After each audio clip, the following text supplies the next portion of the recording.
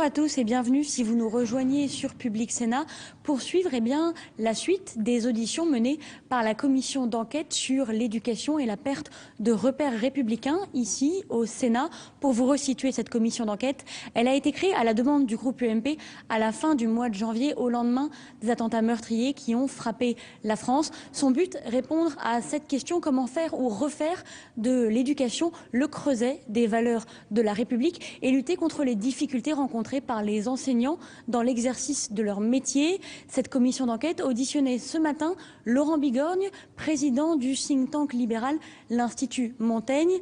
Laurent Bigorgne est revenu devant les sénateurs sur sa vision du système éducatif français et il a insisté sur le fait que l'éducation est un remède anti-crise. On découvre tout de suite en audition son diagnostic et ses propositions.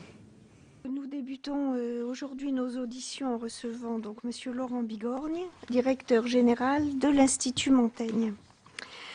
Comme le bureau de la commission d'enquête l'a décidé, cette audition sera captée et diffusée en direct sur le site internet du Sénat et elle fera également l'objet d'un compte-rendu publié dans le recueil des travaux de des commissions, accessible en version papier sur le site internet du Sénat. Donc, diplômé de l'Institut d'études politiques de Paris et agrégé d'histoire, vous avez occupé différents postes de direction à Sciences Po Paris. En 2008, vous êtes détaché auprès de la London School of Economics, avant de devenir directeur des études, puis directeur général de l'Institut Montaigne en novembre 2010. Créé en 2010, l'Institut Montaigne est un think tank français dont la vocation est d'élaborer des propositions concrètes dans les domaines de l'action publique et de la cohésion sociale notamment. En 2011, l'Institut Montaigne a publié les résultats d'une enquête approfondie réalisée auprès des habitants de Clichy-sous-Bois et de Montfermeil en Seine-Saint-Denis. Dans cet ouvrage intitulé « Banlieue de la République », vous mettiez notamment en exergue le rôle fondamental de l'école dans ces quartiers.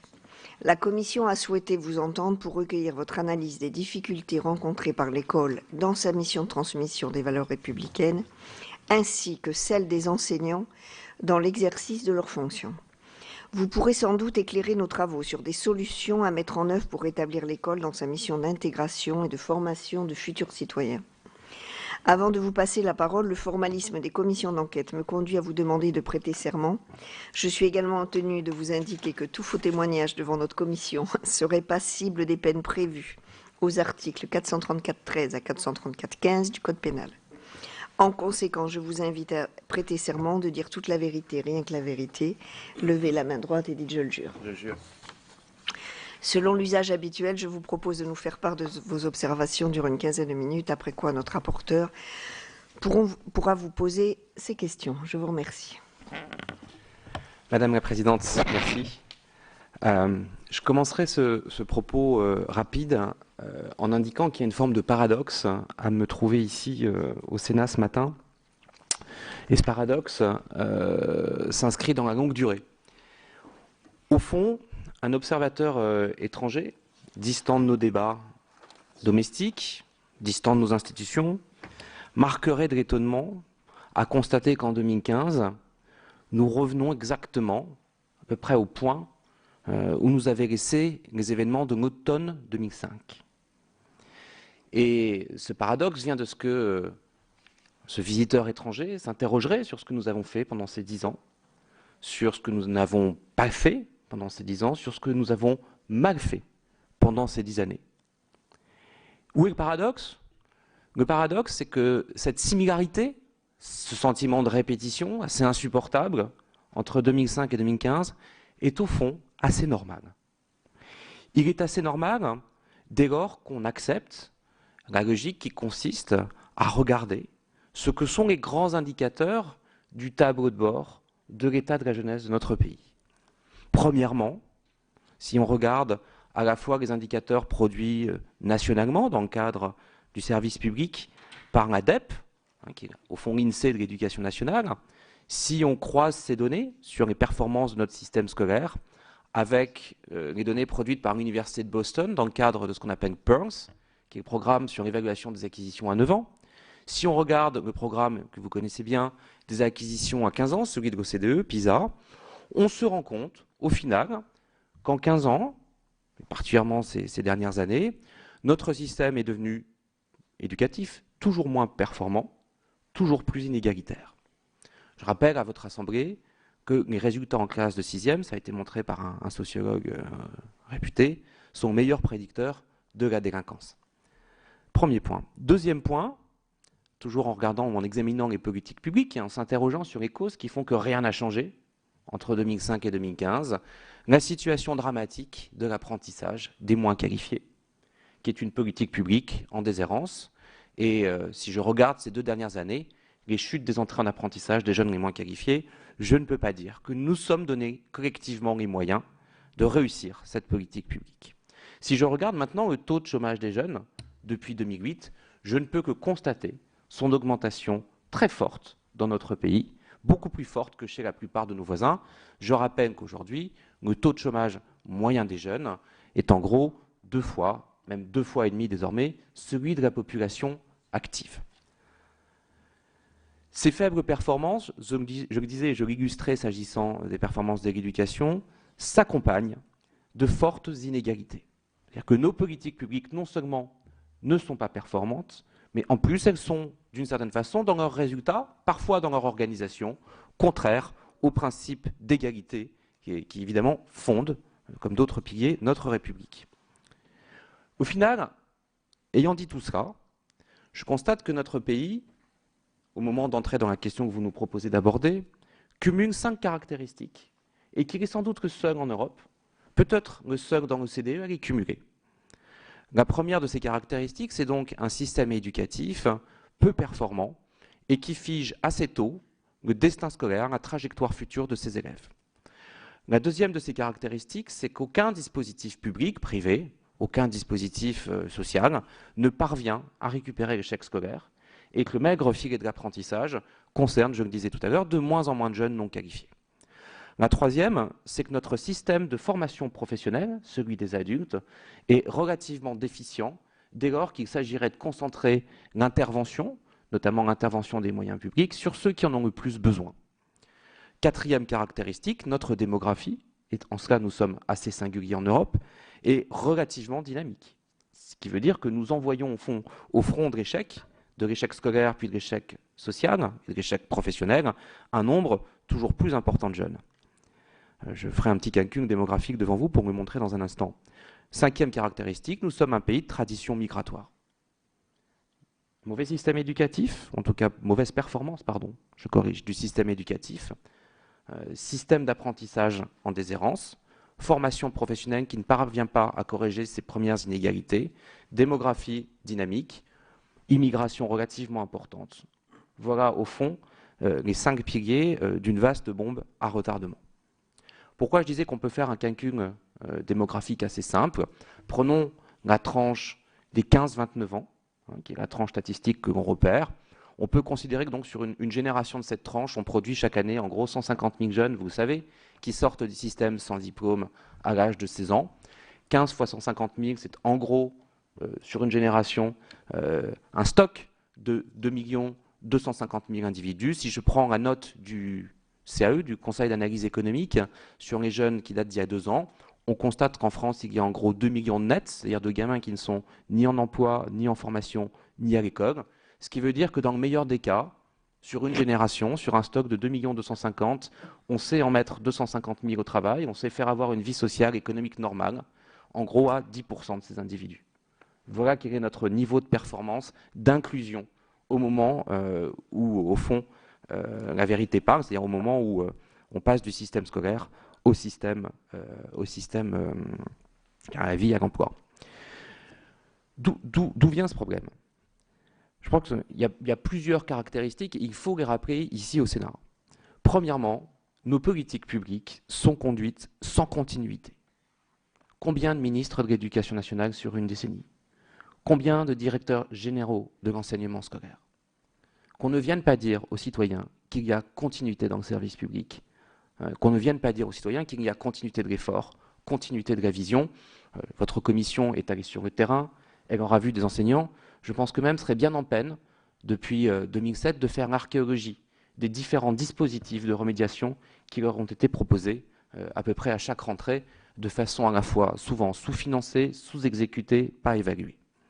Donc une absence de continuité dans les politiques publiques. Des fondements de ces politiques publiques jamais renouvelés. À la fois un assez grand mépris, je me dis, tel que je le pense, de la haute administration pour les acquis de la recherche. Une assez forte indifférence à ce que peut dire, par exemple, en éducation, la psychologie cognitive, à ce que les économistes du travail peuvent dire. On sait tous, c'est un fait objectivé, que le fait d'avoir un prix administré pour l'emploi des moins qualifiés est objectivement un facteur extraordinairement explicatif de la situation du marché de l'emploi. Appelons un chat un chat. Le fait de ne pas avoir de SMIC, de prix d'entrée sur le marché du travail pour les jeunes les moins qualifiés, est une trappe à chômage. Et c'est une trappe durable. On le sait, c'est objectivé par des dizaines d'articles des meilleurs économistes du monde, produits à peu près dans tous les pays de l'OCDE. Il n'en reste pas moins que jamais ce débat, vous m'entendez, jamais ce débat n'est abordé. Au final, on se fait plaisir, et au final, évidemment, ceux qui en payent le prix sont assez loin de nos préoccupations. Donc des fondements de politique publique jamais renouvelés, ni dans leur soubassement théorique, ni évidemment dans leur mise en œuvre. Quand je pointe la mise en œuvre, je pointe l'absence quasiment totale d'évaluation de nos politiques publiques. Je le dis, c'est vrai de l'éducation, c'est vrai de l'apprentissage, c'est vrai de la formation professionnelle, et même quand on vient évaluer, on n'en tient pas compte. J'en veux pour preuve que, et je salue pour le coup l'action de la ministre de l'Éducation nationale, il aura fallu quasiment 2 ans pour expliquer à ceux qui voulaient, envers et contre tout, c'est-à-dire envers et contre les études de l'ADEPE, changer les programmes de l'école maternelle, de grande section notamment, pour pouvoir les alléger en contenu cognitif. Il aura fallu quasiment 2 ans pour leur expliquer, alors même que toute la science allait dans ce sens, que leur expliquer qu'il ne fallait pas le faire, que c'était possiblement un facteur aggravant les inégalités à l'école, qui sont déjà, je l'ai dit, considérables. Au final, ces difficultés de politique publique font que nous manquons, à mon sens, d'une vision systématique. Jamais nous n'envisageons l'école et l'emploi comme, au fond, les 2 versants d'une même montagne. Jamais nous n'avons de vision stratégique s'agissant de ces deux phénomènes. Je rappelle, au cas où nous m'aurions oublié, que si nous avons aujourd'hui 11% de taux de chômage dans la population active, ou qui frappe la population active de ce pays, les 2/3 au moins de ce chômage s'expliquent par un phénomène de sous-qualification ou de non-qualification. Le problème du chômage structurel français est d'abord et avant tout un problème scolaire, un problème de qualification. J'en termine rapidement. Vous interrogez sur, au fond, les voies et moyens diagnostiques s'agissant des problèmes rencontrés dans les écoles de notre pays après le mois de janvier. Je dirais premièrement que je n'ai pas la mesure de ces phénomènes. Je ne sais pas de ce dont nous sommes en train de parler. Je n'ai pas de statistiques. J'ai vu comme tout le monde les médias. Peut-être que votre Assemblée, comme d'autres acteurs dans ce pays, parfois apprend à prendre un peu de distance critique par rapport à ce que disent les médias. Je m'intéresserai en revanche plus volontiers, pourquoi pas, à la difficulté d'enseigner aujourd'hui certaines disciplines dans nos collèges, dans nos lycées. Mais permettez-moi de remettre au fondement des problèmes que nous avons rencontrés le sentiment aujourd'hui, ancré dans la population, que les chances sont inégalement, très inégalement, injustement distribuées sur le territoire, que ces chances sont durablement, structurellement, mal distribuées sur le territoire. Le système scolaire français donne très peu de chance aux enfants d'ouvriers, il donne très peu de chance aux enfants de chômeurs, il donne très peu de chance aux enfants même de la classe moyenne de pouvoir, au final, améliorer leur sort. Nous sommes en train, je ne peux pas vous en livrer aujourd'hui les résultats, mais nous sommes en train de terminer une vaste étude à l'Institut Montaigne, qui est un testing qui s'intéresse aux discriminations à raison de la religion. Je vous le dis, les discriminations à raison de la religion sont très fortes dans notre pays. Elles touchent les musulmans, certes, elles touchent les juifs également, et elles sont à rebours de toute la pensée qu'on pourrait avoir, qui consistera à dire, mais au fond, si ces élèves font leurs preuves à l'école, ils auront de meilleures chances. Ça n'est pas vrai. Je peux vous dire que ça n'est pas vrai.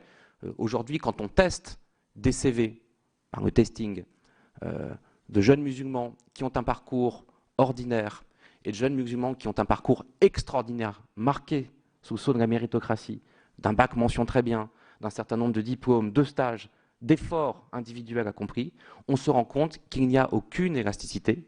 Je veux dire par là qu'il n'y a aucune différence à la fin du jour dans la possibilité de trouver un emploi soit dans le secteur privé, soit de contractuels dans la fonction publique. Donc, il faut quand même avoir la mesure de ce qu'aujourd'hui, par ailleurs, nous sommes le seul pays de l'OCDE où il n'y a pas de différence entre le parcours des immigrés de première ou de deuxième génération en matière de résultats scolaires à 15 ans. Il y a des contre-exemples. La Floride, par exemple, est parvenue parfaitement à redresser cette situation, ce qui veut dire qu'il n'y a aucune espèce de fatalité. La Floride est un État assez vaste, est un État où il y a beaucoup d'immigration, est un État où il y a beaucoup de pauvreté, des zones urbaines sensibles. On voit donc bien qu'un certain nombre de pays sont parvenus à corriger, ou un certain nombre d'États sont parvenus à corriger ces mécanismes délétères et évidemment mettant en cause le lien social. Quels pourraient être les axes de travail? Parce que derrière ce tableau accablant, mais qu'il faut quand même avoir le courage de regarder en face, je pense qu'il y a 3 axes sur lesquels nous pourrions réfléchir. Je ne suis pas venu vous proposer ce matin des cours de morale laïque dont j'ignore ce que pourrait être aussi bien le programme comme la mise en œuvre et la réception par un public de 800 000 enseignants. Je pense qu'il y a 3 axes de travail si votre Assemblée veut se donner les moyens d'envoyer des signaux forts. Premièrement, nous avons, contrairement à ce qui peut être pensé, un très grave problème en matière de gestion des premiers âges de la vie et particulièrement de la petite enfance. Il est insupportable que les dispositifs, notamment d'accueil des plus jeunes enfants, soient concentrés dans les zones urbaines les plus favorisées. Et il est insupportable qu'ils soient le plus souvent absents ou très largement insuffisants des zones urbaines ou des zones rurales ou des zones périurbaines les moins favorisées. Pourquoi? Tout simplement parce que les acquis de la recherche, depuis le milieu des années 60, je vous renvoie au programme ABC d'Ariane, montrent assez bien que des taux d'encadrement, que des interactions langagières quotidiennes, répétées, multiples, auprès de jeunes enfants, sont un bagage pour la vie entière. Je vous renvoie aux travaux du prix Nobel d'économie James Heckman, qui a tracé au fond la courbe des retours sur investissement qu'on peut faire. On sait très bien qu'aujourd'hui, les plus gros retours sur investissement se font sur le premier âge de la vie. Ayant dit cela, je ne peux que m'interroger, ou rester interloqué, c'est mon balbutiement qui le montre, des choix publics qui ont été faits, puisqu'en gros, nous sous-finançons l'école maternelle en termes de rémunération des maîtres à hauteur de 20%. Comme ça n'est pas suffisant, nous le faisons aussi s'agissant de l'école primaire. Nous sommes dans une meilleure situation s'agissant du collège, mais Heckman nous dira que c'est moins important. Et nous surfinançons le lycée à hauteur de 30% par rapport à la moyenne de l'OCDE. La seule inversion de la courbe que je demande aujourd'hui au pouvoir public, c'est celle-là. Il faut cesser le surfinancement inutile de l'enseignement scolaire, peu importe si ça déplaît au SNES. Et il faut impérativement, puisque nous sommes un pays qui concentre de la grande difficulté et une immigration assez importante, financer mieux, tout simplement, l'action, le métier, le geste professionnel des enseignants du premier degré. Pour la petite enfance, pour l'école, il me paraît important, je renvoie aux travaux du sénateur Carl, il me paraît important, nécessaire, premier, de tenir compte des acquis de la recherche dans le geste des maîtres, particulièrement à l'école maternelle et à l'école primaire. Il est faux de croire, il est faux d'accepter, il est même cruel d'accepter qu'au final, c'est une forme de liberté pédagogique spontanée qui va améliorer les performances d'un système qui jouit de cette liberté depuis toujours. Le système d'enseignement primaire à la française est un système de libéraux coalisés dans du service public. Pardon d'employer des mots aussi durs, mais c'est la réalité. C'est un système qui est peu évalué, c'est un système où il n'y a aucun principe hiérarchique, il n'y a d'ailleurs pas d'objectif. Et donc évidemment, la meilleure façon de ne pas atteindre des objectifs, c'est de ne pas en fixer. Et en réalité, la science nous dit, la psychologie cognitive, l'économie de l'éducation nous dit aujourd'hui énormément de choses sur ce qu'on peut parvenir à atteindre avec des groupes d'élèves. Il y a énormément d'articles qui sont publiés. Je renvoie votre assemblée aux travaux récents de Bruno Suchot, qui objective même, Bruno Suchot qui a été le patron de l'IREDU à Dijon, qui objective même le nombre d'heures qu'il faudrait mettre à disposition, le nombre d'heures d'interaction langagière individuelle d'un enfant, d'exercice, d'un enfant donc, pour lui permettre d'accéder à la lecture. Il trouve, Bruno Suchot, qu'il faut en gros 35 heures sur un cycle de 3 ans. Et au mieux, aujourd'hui, l'école publique met à disposition de ses élèves une vingtaine d'heures. Évidemment, si on n'a que la moitié des ressources à disposition, on fait la moitié du chemin. Troisième piste, la petite enfance, l'école, l'apprentissage. Là aussi, le choix qui a été fait, au fond, de masquer notre échec sur l'apprentissage des moins qualifiés à travers une montée en gamme de l'apprentissage sur l'enseignement supérieur est un choix qu'on peut trouver intéressant pour que progresse à la fois la professionnalisation des cursus universitaires et qu'en même temps, cette professionnalisation s'accompagne d'une diversification des moyens dédiés à l'enseignement supérieur, tellement celui-ci est sous-financé, à nouveau au profit du lycée d'enseignement secondaire, hein, je le redis. C'est une erreur politique, c'est une erreur de politique publique. Nous avons impérativement besoin que s'inverse la courbe des entrées en apprentissage pour les moins qualifiés de nos élèves. Ça veut dire qu'il faut les y préparer. Ça veut dire que c'est un dispositif qu'il faut piloter. Ça veut dire qu'il faut avoir le courage d'entamer la seule des réformes qu'on n'ose jamais aborder, qui est celle du lycée professionnel. Et je conclurai par là en disant à votre commission que la dissémination de crèches de qualité, la dissémination des acquis et des meilleurs acquis de la recherche à l'école primaire comme maternelle, avec évidemment des outils d'évaluation extraordinairement serrés, la revue complète de notre politique d'apprentissage sont les 3 piliers qui font que j'espère, en 2025, après les travaux de 2005, après ceux de 2015, vous n'aurez plus à vous poser ces questions, ou en tout cas sous un angle extraordinairement renouvelé qui aura vu d'ici là diviser par 2 le taux de chômage des jeunes.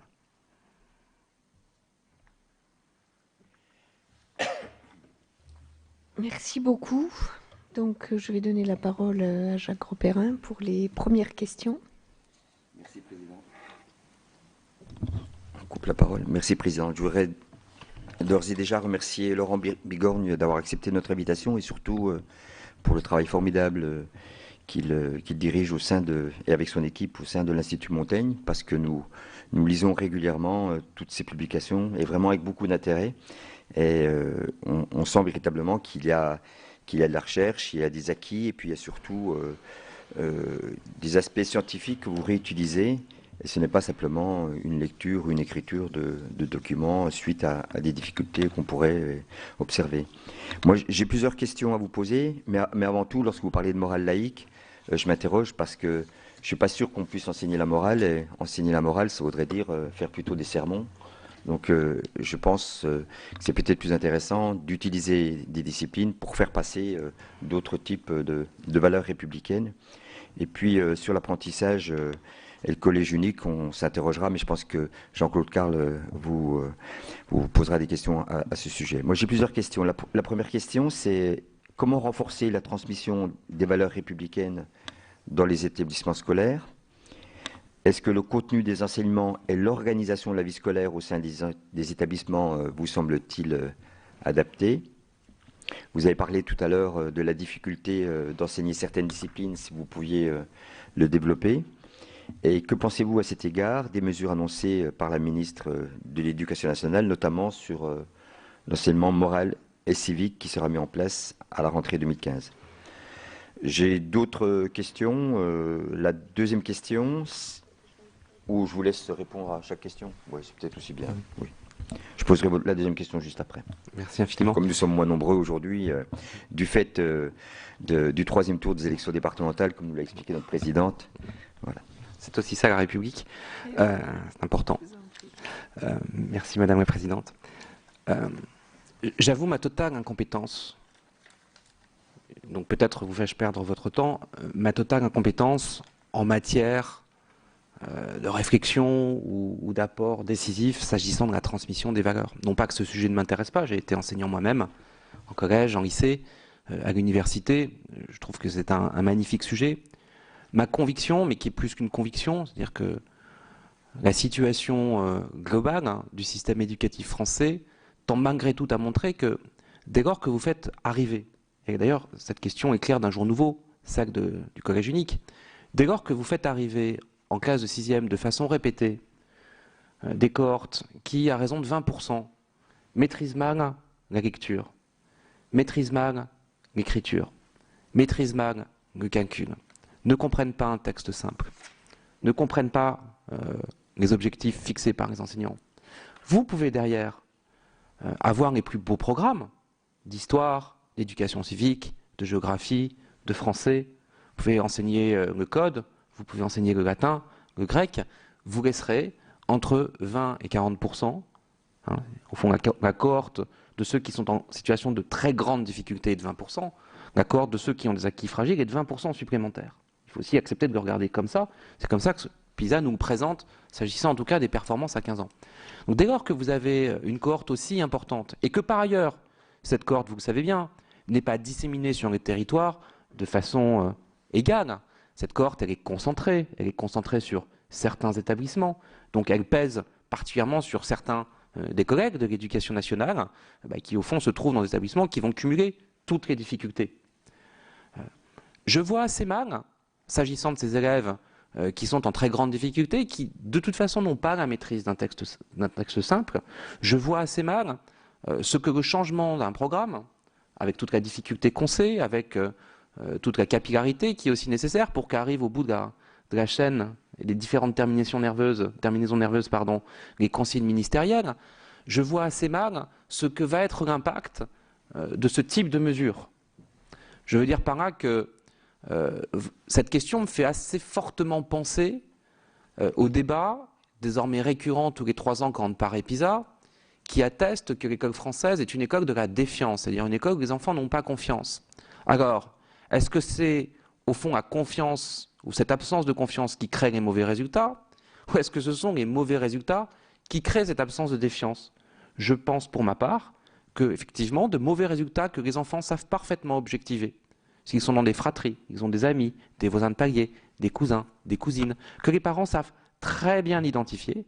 Je pense que c'est tout simplement d'abord et avant tout les mauvaises performances qui créent ce sentiment de défiance objectivé par l'enquête PISA. Je vous renvoie également aux travaux de Yann Algan et de Pierre Cahuc. Et me semble-t-il, tant qu'on ne sera pas parvenu à fixer le problème de l'école primaire, tant qu'on ne sera pas parvenu à un taux, au fond, d'élèves en grande difficulté en 6e plus proche de 5%, ce qui quand même pour le 5e ou 6e pays le plus riche du monde serait le moins, tout le reste ne sera que littérature. On voit bien qui bénéficiera d'enseignements supplémentaires. Socialement, ça ira évidemment toujours à ceux qui sont en mesure de les absorber. Ils les absorberont, soyez sans peine. Mais on aura, une fois de plus, tiré avant de viser et on aura manqué la cible. Je pense qu'on fait vraiment de l'effet chaleur, de l'effet joule, si on ne s'interroge pas, encore une fois, en profondeur, sur les voies et moyens de faire diviser par 3 la grande difficulté à l'entrée du collège, et que c'est sans doute le meilleur prédictif aujourd'hui d'une adhésion, plus forte aux principes républicains et du vivre ensemble. Quant à la difficulté de certains types d'enseignements, moi je n'ai que la connaissance de M. Jourdain s'agissant de cette difficulté. J'entends ce que me disent des recteurs, j'entends ce que me disent des DAZEN. On sait bien qu'aujourd'hui, s'agissant de l'enseignement de l'histoire, particulièrement de la Seconde Guerre mondiale, un certain nombre d'épisodes peuvent plus ou moins bien passer auprès de certains publics. Je pense encore une fois que, d'une certaine façon, ce qui compte d'abord et avant tout, c'est de bien montrer à l'ensemble de ces petits Français que tout le monde a les mêmes chances, que les chances sont également distribuées, sans quoi on se retrouve dans des situations qui nous renvoient pour le coup assez loin dans notre histoire, et qui sont des situations pré-révolutionnaires. Une deuxième question peut-être que vous puissiez développer, parce que vous parliez tout à l'heure de valoriser le métier d'enseignant dans le primaire en augmentant leur salaire. Est-ce qu'il n'y aurait pas d'autres solutions, peut-être sans augmenter le salaire, mais avec des dédoublements de classe, parce que vous avez bien pointé le doigt sur la difficulté des élèves de pouvoir lire correctement, comprendre des textes. Je souhaiterais que vous développiez ça. Et puis aussi, il y a différents types de rapports, et les rapports d'ailleurs de l'Institut Montaigne, que ce soit le rapport Aubin ou le rapport du HCI, qui ont montré, vous en avez parlé précédemment, sur la désillusion de nombreux jeunes issus de classes socio-économiques défavorisées envers une république qu'ils estiment inégalitaire. Alors, quel rôle l'éducation nationale, vous en avez parlé en partie, mais qu'est-ce qu'elle peut véritablement faire dans ce contexte qui est difficile? Et puis, plus généralement, quelles mesures, peut-être plus concrètes, pourraient être mises en place pour lutter contre ces dysfonctionnements de l'école? Merci Madame la Présidente. Monsieur le Sénateur, aucune des mesures, et nous les connaissons bien pour en avoir déjà beaucoup discuté, aucune des mesures prises isolément n'a d'impact. C'est-à-dire que ce qui a de l'impact, c'est d'abord et avant tout une vision. Là aussi, je pense qu'une des dernières fois où on est parvenu à inverser à la fois un sentiment, le sentiment du grand public, à la fois le sentiment des utilisateurs, celui des étudiants, celui des enseignants, en matière de réforme s'agissant de l'éducation, c'est la loi de 2007 sur l'autonomie. Pourquoi? Parce qu'on a fait une priorité nationale, parce que cette priorité s'est inscrite dans un cadre résolu et dans un cadre continu sur 5 ans d'exercice d'un mandat. Donc je ne fais pas ici, je ne me fais pas le parangon de cette loi. On peut sur toute loi, et vous le savez, sur tout texte législatif, à la fois s'interroger sur l'évaluation, la mise en œuvre, etc.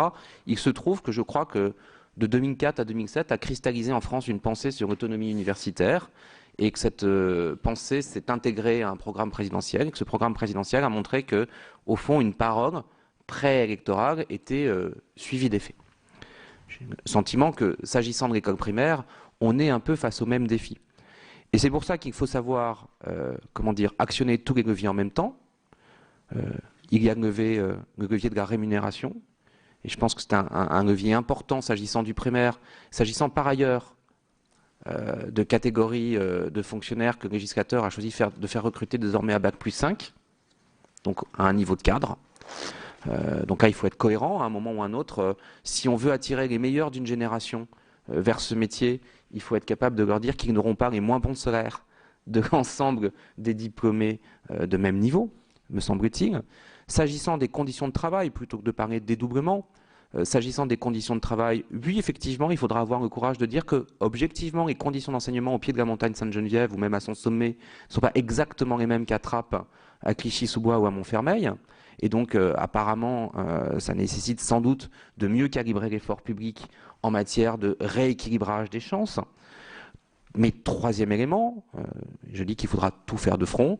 Ce que demandent aujourd'hui les enseignants, ce sont des outils.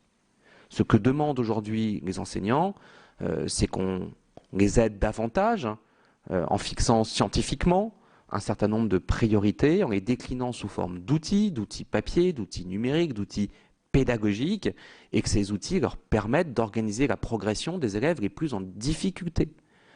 Il n'y a pas de fonctionnaire qui n'ait pas envie de voir sa performance s'améliorer, ça n'existe pas.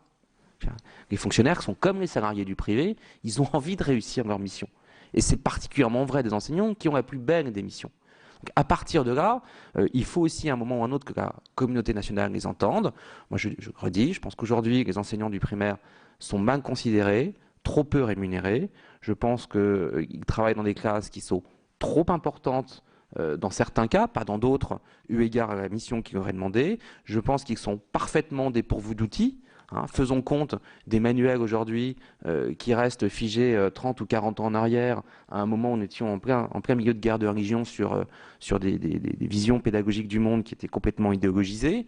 De ce point de vue-là, on ne peut pas dire que l'édition française se singularise par son goût d'une grande qualité de ce qu'elle produit.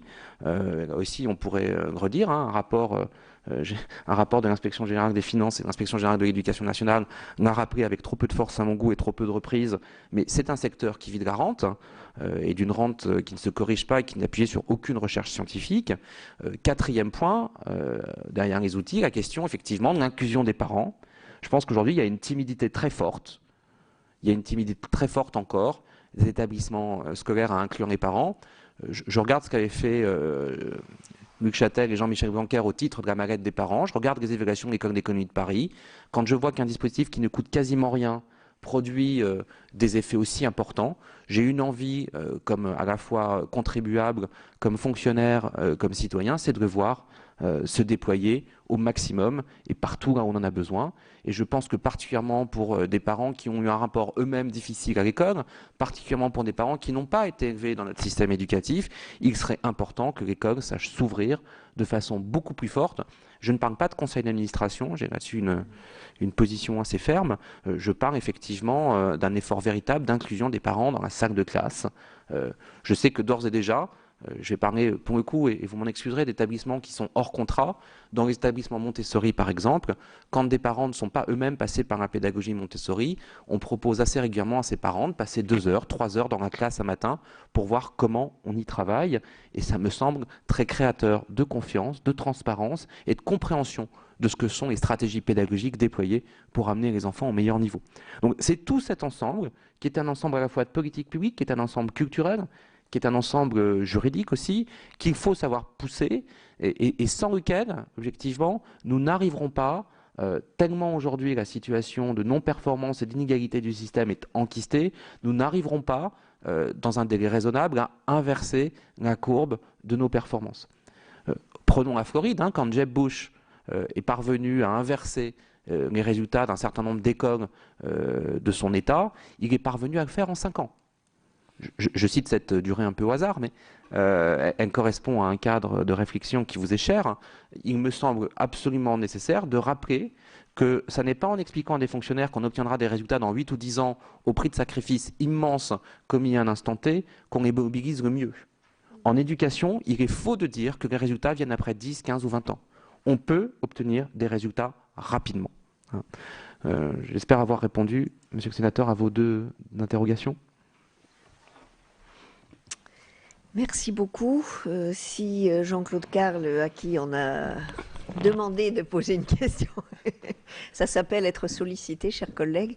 Donc, nous écoutons vos questions. Merci, Madame la Présidente. Je voudrais tout d'abord m'excuser auprès de Laurent Bigorgne de n'avoir pu écouter le début de ses propos. J'étais pourtant à l'heure, mais j'ai fait une mauvaise rencontre dans les couloirs du Sénat. Ce que je regrette, c'est que vous, Monsieur Bigorgne, vous enseignez devant un auditoire très éparse, mais c'est repris par le site du Sénat. Donc, je pense que tout ce que vous venez de dire a un écho, et je voudrais dire combien je partage ce que vous venez de nous dire et les axes que vous proposez. C'est-à-dire que les acquis précoces, c'est le gage de la réussite quand on sait que l'avenir scolaire d'un jeune est quasiment scellé quand il fête son 7e anniversaire, que ça passe bien sûr par des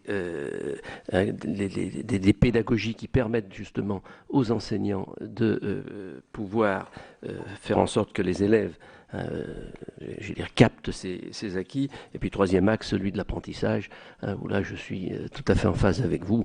Il n'y a qu'un chiffre à prendre, c'est que chez nous, le chômage des jeunes est récurrent depuis des décennies à 25% d'une classe d'âge, c'est-à-dire qu'un jeune, au terme de ses études, la première porte qu'il va pousser, c'est celle de Pôle emploi, et ce n'est pas celle d'une entreprise, 7% seulement en Allemagne. Je crois qu'il n'y a pas besoin d'en dire plus. Alors, vous nous avez dit que si on respectait ces 3 axes, en 2025, on réglerait le problème. Vous avez dit après 2005, 2015, 2025. Je souhaite que vous ayez raison. Je crains qu'en 2025, vous veniez nous dire, on ne sera plus là, mais vous, on a constaté le même état de fait. Pourquoi ? Parce que je pense qu'il y a un gros problème de méthode. Et qu'aujourd'hui, si on ne change pas l'organisation de notre système scolaire, notre système éducatif, on aura des difficultés à faire évoluer la situation, tant les corporatismes de tous bords sont forts et sont autant de freins. Vous avez dit qu'effectivement, le primaire a été sous-traité, sous-doté plutôt, et c'est tout à fait vrai que les moyens ont été mis dans le secondaire alors qu'ils étaient déjà extrêmement abondants. Je crois que l'une des raisons, il y a plusieurs raisons, mais la première raison, c'est le poids des corporatismes, il ne faut pas se le cacher, et je dis bien des corporatismes de tous bords, à commencer par le corporatisme central de la rue de Grenelle. Est-ce qu'il ne faut pas là qu'il y ait une modification profonde de l'organisation pyramidale aujourd'hui de l'éducation nationale. Nous avons fait une commission d'information à l'époque sur l'organisation territoriale de l'éducation nationale, et on voit bien que toutes les expérimentations qui sont faites, qui partent de la base, ça marche. Tout ce qui est imposé par la rue de Grenelle a des difficultés à mettre en place. Tant, je vous l'ai dit, les freins sont forts. Alors, est-ce que c'est pas, à ma première question, est-ce que c'est pas au niveau de la méthode, de l'organisation, qu'il faut, j'allais dire, porter l'effort sur les objectifs, sachant que tout le monde est à peu près, il y a un consensus pour dire que ça ne pourra pas continuer de la sorte.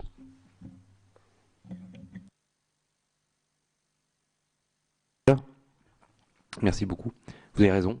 Enfin, je pense que vous avez raison. Je pense que, au final, ce qui est assez frappant quand on regarde la rue de Grenelle, qui recèle aussi trésor d'inventivité, je le dis sans vouloir caresser dans le sens du poil, mais il y a aussi des gens très bien, pris individuellement. Mais il y a au fond une incapacité aujourd'hui à coller à une école dont les besoins ont changé. Je pense par exemple qu'il est déraisonnable, et on a eu l'expérience, de ne pas donner davantage d'autonomie à une direction comme la DEP aujourd'hui, qui devrait devenir la direction du big data et de l'open data dans l'éducation nationale, et qui pourrait très bien vivre demain. Je n'ai pas la passion ni des agents, ni des opérateurs, ni des autorités administratives indépendantes, mais je trouve qu'un gage de transparence dans le système serait de permettre demain à la DEP de devenir une autorité administrative indépendante, bien sûr au service du ministère, mais rendant compte au moins une fois par an au Parlement de la situation de l'école, de la situation de ses personnels, de la situation dans les territoires, de la situation pour chaque maire, pour chaque élu, pour chaque président d'exécutif territorial, de la situation objective des résultats dans les circonscriptions concernées. Donc, je pense qu'il y a un enjeu très fort quand un système semble bloqué à pouvoir allumer de la lumière. Là aussi, utilisons l'analogie de l'enseignement supérieur. Les pays qui ont réussi de très belles transitions en matière d'enseignement supérieur, je prends notamment le cas de la Grande-Bretagne, je vais pousser le bouchon très loin, mais il se trouve qu'en Grande-Bretagne, ils ont fait disparaître le ministère de l'enseignement supérieur, ce que je ne suis pas venu vous proposer de faire ce matin, mais ils ont d'abord et avant tout créé une agence d'évaluation qui, aujourd'hui, au final, est extraordinairement importante dans le dispositif, puisqu'elle dit qu'il y a la qualité du dispositif à l'échelle macro et à l'échelle micro. Il me paraît absolument important, effectivement, que cette responsabilité soit portée par une DEP très forte, très indépendante, et dont, au fond, les deux assemblées seraient les principaux clients en matière d'évaluation des politiques publiques. C'est, à mon avis, une des premières choses à faire. Il y a une deuxième chose, parler des corporatismes, c'est que je pense qu'aujourd'hui, on ne précise plus suffisamment quelle est la mission des inspections générales. Et on voit les inspecteurs généraux, à la fois dans une mission d'inspection, parfois dans une mission de réalisation. C'est un vivier pour les cabinets, c'est un vivier pour l'administration centrale. Ça me paraît être une situation un peu problématique. Ça me paraît être une situation où, au fond, on peut dire que l'organisation, la séparation des pouvoirs n'est pas toujours correctement assurée. C'est aussi une administration qui se renouvelle assez peu, alors même que des compétences en matière d'inspection pourraient être expérimentées dans d'autres ministères. On pourrait très bien imaginer que les inspecteurs généraux aillent plus souvent regarder ce qui se passe à Bercy, au ministère de l'Emploi, au ministère des Affaires sociales. On pourrait très bien imaginer qu'il y a cette capacité à ne pas rester, j'allais dire, enfermé trop longtemps rue de Grenelle. Il y a 2 inspections aujourd'hui à l'Éducation nationale. C'est au moins une de trop. Je pense qu'il faut fusionner ces corps d'inspection le plus rapidement possible et puis recaler bien les missions pour que, tout simplement, cette inspection serve le ministre, serve les directions concernées, plutôt que d'être aujourd'hui, sans doute, de façon un peu troublante, eu égard au fonctionnement démocratique, une espèce d'État dans l'État. Hein. Et je pense que par ailleurs, une fois qu'on a fait ça, il faut doter l'État à très haut niveau, sur des bases extraordinairement exigeantes. Il faut doter l'État d'un conseil scientifique et stratégique où les meilleurs chercheurs du pays, ceux qui publient, monsieur le sénateur, ceux qui publient dans des revues internationales, pas les autres. Et je le dis avec beaucoup de gravité, mais parce que je pense qu'en médecine, on n'accepterait pas une situation contraire. Donc pourquoi l'accepter pour nos enfants? Ou ceux qui publient auront le droit de citer. Si en matière de gouvernance, on est déjà capable, et vous voyez ce que je dessine là, ça n'est pas une révolution, c'est une évolution normale, acquise, au fond, ou impactée par ce qu'est la situation. Je crois que cette évolution de gouvernance, cette évolution de transparence est très nécessaire. C'est une assemblée comme la vôtre qui peut aussi la porter, qui peut la manifester. La place des scientifiques, le recalage des missions de l'inspection, la création d'une grande mission ou d'une grande autorité administrative indépendante en matière de big data et d'open data dans l'éducation, c'est quelque chose dont nous avons besoin parce que c'est là-dessus que vous pourrez prendre appui, vous législateurs. C'est là-dessus que pourra prendre appui l'exécutif, tout simplement pour faire progresser le système sur des bases objectives, neutres, et où effectivement le jeu des acteurs est un peu recalé. Moi j'ai été frappé, je vous dis, ayant participé à la concertation de 2012 sur la refondation de l'école, de voir que, et je n'ai rien contre eux, hein, mais que telle ou telle association d'enseignants pour la défense de l'environnement en Loire-Atlantique avait le même poids dans les débats que Michel Fayol, le patron des sciences psychocognitives de l'ANR. Et j'ai été frappé, pourquoi? Pas par condescendance ou mépris, je pense qu'il est bon d'entendre toutes les paroles, mais on ne le ferait jamais dans le domaine médical. Si on parlait du traitement du cancer, mais jamais on ne donnerait le même poids à un des meilleurs chercheurs nationaux et internationaux et à une association dont l'objet est louable, mais en même temps pas premier par rapport à la cause traitée. Donc il y a aussi un moment où on peut se dire que s'agissant tout simplement de l'avenir de notre pays et de nos enfants, on a le droit d'avoir le même type de prévention, le même type d'appréhension et donc le même type, au fond, de décision de caractère raisonnable, de la façon dont doit s'élaborer un débat public construit. Donc je crois qu'il y a, en matière d'organisation, effectivement, des mesures assez simples. J'y ajoute qu'il me paraît assez invraisemblable qu'aujourd'hui, le vivier de recrutement des recteurs continue de se concentrer sur une base extraordinairement étriquée. J'ai extraordinairement de respect pour cette corporation, ayant travaillé très longtemps dans l'enseignement supérieur, mais qui est celle des universitaires. Il peut y avoir des universitaires merveilleux comme recteurs, mais on peut aussi se dire qu'une administration aussi importante que l'éducation nationale a le droit, a le devoir d'élargir ses viviers de recrutement. Je suis vraiment frappé de ce quasi-monopole qu'ont les universitaires sur les carrières rectorales. Il me paraît, alors on va me dire, oui mais on l'a ouvert, c'est déjà possible. Oui mais ça n'arrive pas. Donc si ça n'arrive pas, c'est qu'il y a des blocages.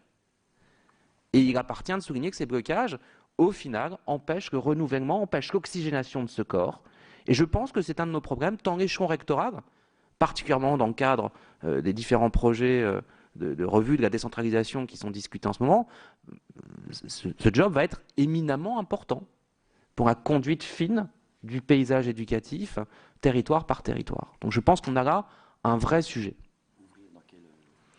Je pense que, honnêtement, le recteur aujourd'hui de Seine-Saint-Denis, il a 80 000 enseignants sous sa responsabilité. Le recteur de Versailles en a 100 000. Hein, on peut imaginer qu'il y a un certain nombre... On parle là d'administration énorme. On peut imaginer que des hauts fonctionnaires venus d'autres administrations, allez, on peut imaginer que des gens ayant un autre vécu, hein, pourquoi pas ayant fait une partie de leur carrière dans le privé, tout en ayant une bonne connaissance du secteur public, puissent exercer demain ces responsabilités, y apporter des pratiques, y apporter une vision, particulièrement là où l'enjeu est celui du nœud entre système éducatif et système productif. On peut imaginer que d'autres compétences soient apportées demain. C'est-à-dire que, encore une fois, ne pas regarder ce problème de ce qu'est la sociologie rectorale aujourd'hui me pose problème. S'agissant encore une fois d'entités qui sont des entités très importantes, ajoutons que, s'agissant des deux académies dont j'ai parlé, ce sont les châteaux d'eau du recrutement des profs en France. Parce que par définition, les enseignants à Versailles, et, enfin en tout cas dans l'académie de Versailles et de Seine-Saint-Denis, sont extraordinairement jeunes. Donc on a intérêt à concentrer nos efforts pour convaincre les meilleurs d'entre eux de rester dans cette carrière, pour convaincre ces jeunes gens, j'allais dire, ces jeunes profs, de toujours, au titre de la formation professionnelle, faire mieux, chercher à atteindre un meilleur niveau. On a intérêt à les inciter, on a intérêt à leur donner des figures de réussite. Et me semble-t-il, ce n'est pas exactement, et ça n'a rien de personnel, hein, les recteurs qu'on a aujourd'hui sont formidables, mais je dis juste qu'on a à un moment ou à un autre besoin de cette réflexion sur la sociologie du personnel qu'on recrute pour exercer ce type de responsabilité. Ça contribuerait grandement à l'ouverture de ce ministère. Merci. Ah oui, bien sûr, vas-y. Je voulais juste réagir parce que c'est vrai qu'on a auditionné quelques recteurs et on sent bien véritablement que c'est un système endémique qui s'auto-génère et je crois que vous avez raison de dire qu'il faut apporter un peu de fraîcheur et puis d'ouverture sur d'autres, sans remettre en question, tout à fait, vous avez raison de le dire, les personnes qui sont des personnes de qualité, mais ça apporterait beaucoup. Et je voudrais juste faire une petite précision pour l'inspection générale. Lorsque je vois le mode de recrutement aussi de l'inspection générale, et puis l'orientation politique qui peut être donnée aussi par certains doyens, je m'interroge aussi sur le bien fondé de cette structure-là. Et je pense qu'il faudra aussi réfléchir sur un autre mode d'organisation. Et je pense que l'inspection générale, je peux le dire là, même si c'est repris, je pense que quelque part elle a vécu. Je vais me faire des amis. Merci, monsieur le rapporteur, pour ces propos très clairs et francs. Ça fait sourire et rebondir notre collègue Jean-Claude Carle. Allez-y. Oui, tout à fait, puisque j'avais fait cette proposition il y a quelques années. Sur le rôle du Parlement, c'est vrai qu'il faut que nous prenions nos responsabilités. Ce n'est pas acceptable que le Parlement passe seulement 2 heures par an, 3 heures par an, sur les problèmes éducatifs, notamment à l'occasion de la discussion du budget. 63 milliards discutés en 2 ou 3 heures.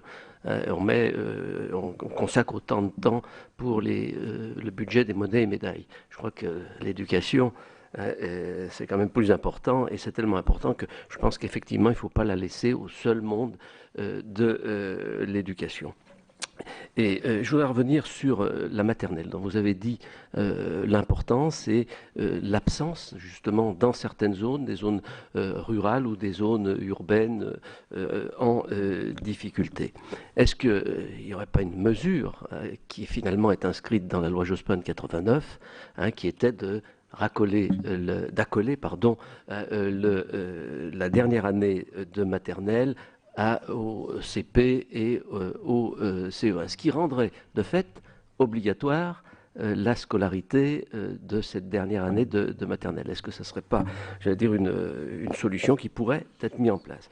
Et puis troisième question concernant l'évaluation. C'est vrai que le système souffre d'évaluations sérieuses. Il y a des évaluations, mais qui sont faites par ceux qui sont juges et partis et qui sont souvent des évaluations, je ne veux pas dire de complaisance, mais qui n'ont pas, j'allais dire, une grande valeur.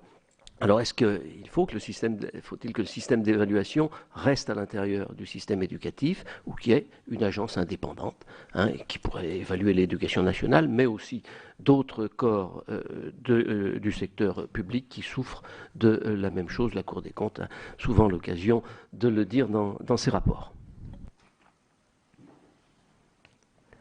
Si vous voulez bien répondre. Merci Madame la Présidente. Je partage votre point sur la nécessaire précocité, notamment pour les publics les plus en difficulté, d'une mise en milieu scolaire la plus rapide possible, la plus précoce possible. Je lisais ce matin, avant de venir vous retrouver, un papier de Bruno Suchot qui rappelait une étude américaine de 2004 qui explique bien qu'à 3 ans, un enfant issu de milieux défavorisés est en déficit d'une 30aine de millions de mots par rapport à un enfant élevé dans un milieu favorisé. Ce qui veut dire que 30aine de millions de mots entendus, de mots répétés. Et donc les exercices faits par son cerveau, tout simplement les interactions langagières, ont développé évidemment ses capacités cognitives infiniment plus que l'enfant qui est placé dans une situation où les interactions sont très pauvres, où les interactions sont j'allais dire, insuffisantes pour emmener à ce que vont être les compétences de prélecture et derrière, évidemment, l'acquisition de la lecture. On a, dans les années 80, scolarisé jusqu'à 35% de la population, vous le savez, à l'âge de 2 ans. On a reflué depuis. Et je me dis, cette scolarisation à 2 ans n'est en soi pas suffisante, mais pour certains publics, elle est absolument nécessaire, elle est absolument décisive. Encore faut-il qu'on accepte que ce soit d'abord et avant tout les outils de simulation langagière qui viennent nourrir le contenu des activités proposées aux enfants. C'est-à-dire que la vraie différence entre une crèche aujourd'hui française ou une crèche d'un pays d'Europe du Nord, ce sont les interactions et les temps d'interaction, les temps d'engagement des petits avec les animateurs, les animatrices de ces services. Parce que si vous mettez les enfants et qu'au final, on est dans une simple logique, j'allais dire, qui est normale, qui est naturelle, qui doit préexister de bienveillance, mais pas dans une logique de pré-apprentissage, vous aurez à la fois dépensé beaucoup d'argent et obtenu peu de résultats. Et c'est pour ça que il m'a semblé nécessaire, je sais que vous entendez ce matin Michel Musso, mais de rappeler que le programme de grande section, monsieur le sénateur, devait impérativement comporter, conserver le maximum d'éléments possibles s'agissant des apprentissages cognitifs et des compétences de prélecture. C'est-à-dire qu'on ait envisagé en 2014 pouvoir vider, et c'était une pensée qui est pas mal venue de l'inspection générale, monsieur le sénateur, qu'on ait envisagé pouvoir vider une partie du programme de grande section des apprentissages cognitifs, notamment de la phonologie, au motif que c'est une violence faite aux enfants, me paraît à la fois infondé scientifiquement, très fondé idéologiquement et porteur d'une dégradation des résultats de notre système public, de notre système éducatif, à court et moyen terme, absolument catastrophique. Donc, je suis assez content que, encore une fois, je l'ai dit tout à l'heure et je le redis, que la ministre ait mis fin à ces débats, ait mis fin à cette espèce de spéculation qui, encore une fois, n'est conforme à aucun article scientifique, à aucune revue de littérature scientifique qu'on pourrait trouver auprès des meilleurs centres de recherche et universités du monde. Voilà pour cette audition sur le thème de l'éducation et la perte de repères républicains. Vous avez vu, les sénateurs recevaient Laurent Bigorgne, président du think tank libéral l'Institut Montaigne. Devant les sénateurs, il est revenu sur sa vision du système éducatif français et ses solutions face à la crise que nous traversons aujourd'hui. C'est une audition que vous pouvez voir et revoir en VOD sur notre site publicsénat.fr. Dans quelques instants, vous avez rendez-vous avec Delphine Girard pour votre journal, le 24h Sénat. Très bonne suite des programmes sur les chaînes parlementaires.